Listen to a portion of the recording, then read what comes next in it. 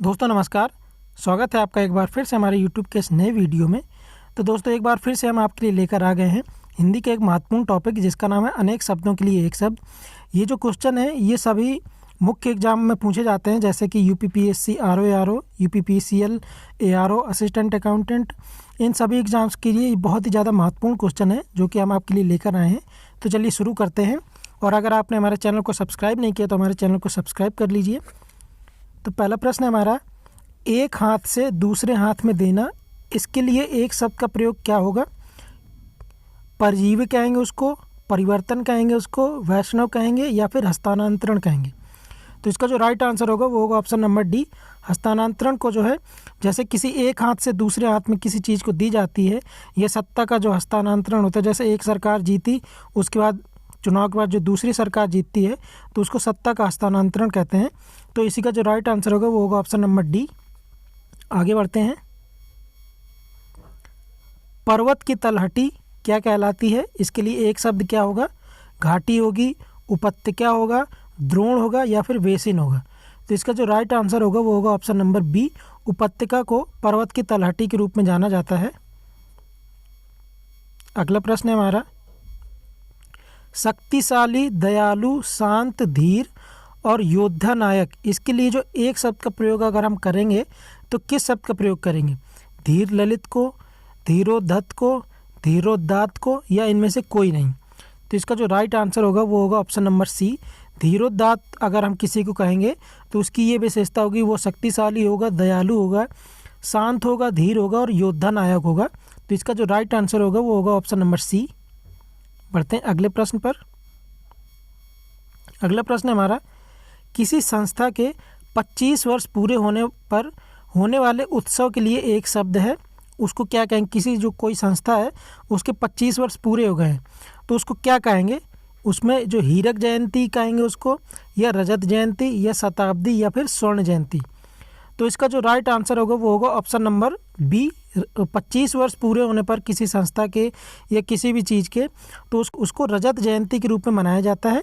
और हीरक जयंती जब किसी संस्था के या किसी भी चीज़ के 60 वर्ष हो जाते हैं, 60 वर्ष पूर्ण होने पर हीरक जयंती मनाई जाती है, 100 वर्ष पूर्ण होने पर शताब्दी मनाई जाती है और 50 वर्ष पूर्ण होने पर जो है स्वर्ण जयंती मनाई जाती है। तो इसका जो राइट आंसर होगा वो होगा ऑप्शन नंबर बी, रजत जयंती, जो कि 25 वर्ष पूरे होने पर मनाई जाती है। अगला प्रश्न है हमारा, वीर पुत्र को जन्म देने वाली या वीर पुत्र को जन्म देने वाली माता, इसको वाक्यांश के लिए एक शब्द क्या होगा? इसको क्या कहेंगे? वीरांगना कहेंगे, पुत्रवती कहेंगे, वीर प्रसू कहेंगे या फिर वीर बहुरी कहेंगे। तो इसका जो सही आंसर होगा वो होगा ऑप्शन नंबर सी, वीर प्रसू। वीर पुत्र को जन्म देने वाली को वीर प्रसू कहेंगे। अगला प्रश्न है हमारा, बिना पलक झपकाए, इसको एक शब्दों में अगर कहेंगे तो क्या कहेंगे? निष्पलक कहेंगे, निस्प्रय कहेंगे, निर्निमेष कहेंगे या फिर निर्विकार कहेंगे। तो इसका जो सही आंसर होगा वो होगा ऑप्शन नंबर सी, जो बिना पलक झपकाए पलक किसी को देखना है इसको निर्निमेष कहा जाएगा। इसका राइट आंसर होगा ऑप्शन नंबर सी। आगे बढ़ते हैं। एहसान ना मानने वाला, इसको अगर एक शब्द में कहेंगे तो क्या कहेंगे? कृतज्ञ कहेंगे, कृतघ्न कहेंगे, विश्वासघाती कहेंगे या फिर परोपजीवी कहेंगे। तो इसका जो राइट आंसर होगा वो होगा ऑप्शन नंबर बी, कृतघ्न। जो एहसान को जो नहीं मानता है उसको कृतघ्न के नाम से जाना जाता है। अगला प्रश्न है हमारा, जो सर्वप्रथम गिना जाता है या जो सबसे पहले गिना जाता है उसको क्या कहेंगे? अग्रगण्य कहेंगे, गणेश कहेंगे, अजय कहेंगे या फिर सर्वज्ञ कहेंगे। तो इसका जो सही उत्तर होगा वो होगा ऑप्शन नंबर ए, जो सर्वप्रथम गिना जाता है उसको अग्रगण्य कहते हैं। अगला हमारा क्वेश्चन है, अनुशासनात्मक कार्रवाई की प्रक्रिया के फलस्वरूप पद से नीचे उतरना। जैसे कोई व्यक्ति है वो ड्यूटी कर रहा है, कहीं नौकरी कर रहा है, तो उसके खिलाफ कोई जो अनुशासनात्मक जो कार्रवाई है वो शुरू हो गई है और उसके फलस्वरूप उसको उसके पद से नीचे कर दिया गया है। तो इसका जो राइट आंसर होगा वो होगा पदावनति।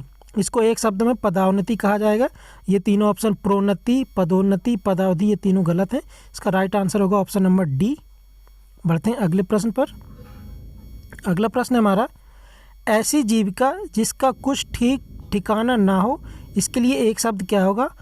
आकाश कुसुम, आकाश वृत्ति, आकाश सलिल या फिर आकाश फल।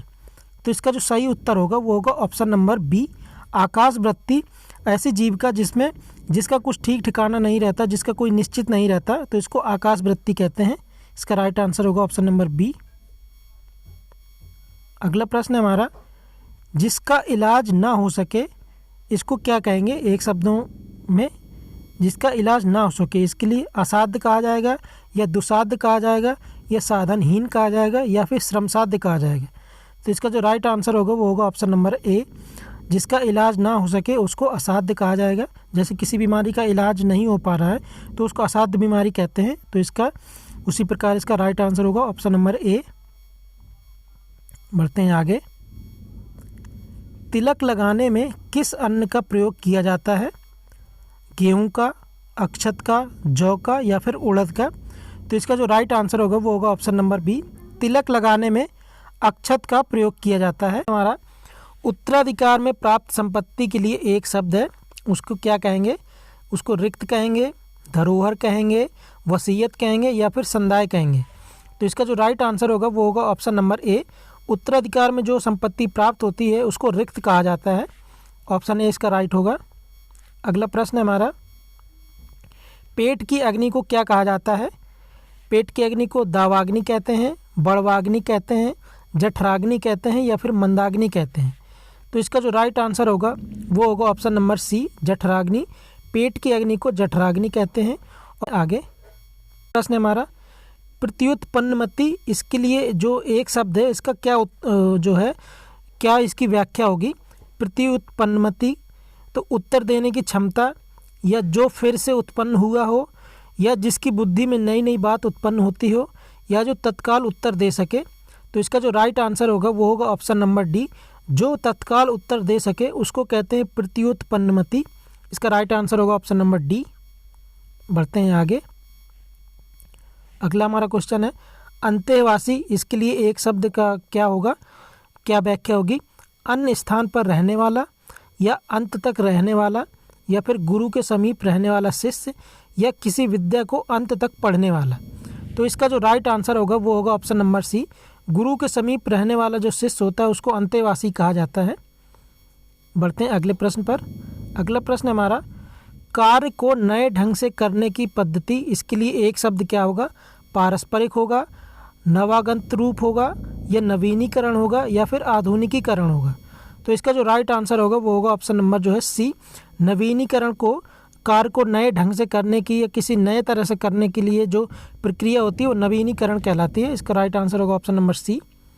अगला प्रश्न है हमारा, अगोचर, अगोचर किसके लिए एक शब्द है? किसके लिए कहा जाएगा कि ये अगोचर है? तो ऑप्शन देख लेते हैं, जिसका अनुभव शरीर को ना हो, या जिसका अनुभव हृदय को ना हो, या जिसका अनुभव इंद्रियों को ना हो, या जिसका अनुभव बुद्धि को ना हो। तो इसका जो राइट आंसर होगा वो होगा ऑप्शन नंबर सी, जिसका अनुभव इंद्रियों को ना हो तो उसको अगोचर कहा जाता है। अगला प्रश्न है हमारा,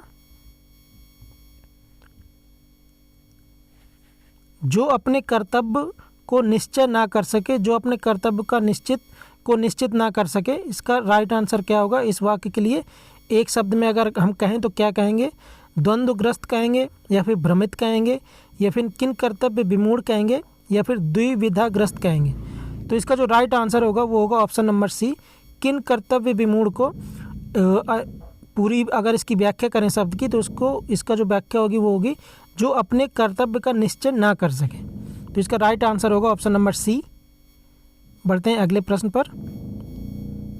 अगला प्रश्न है हमारा, जिसके पास कुछ भी ना हो, इसके लिए एक शब्द अगर पूछा जाए तो क्या होगा?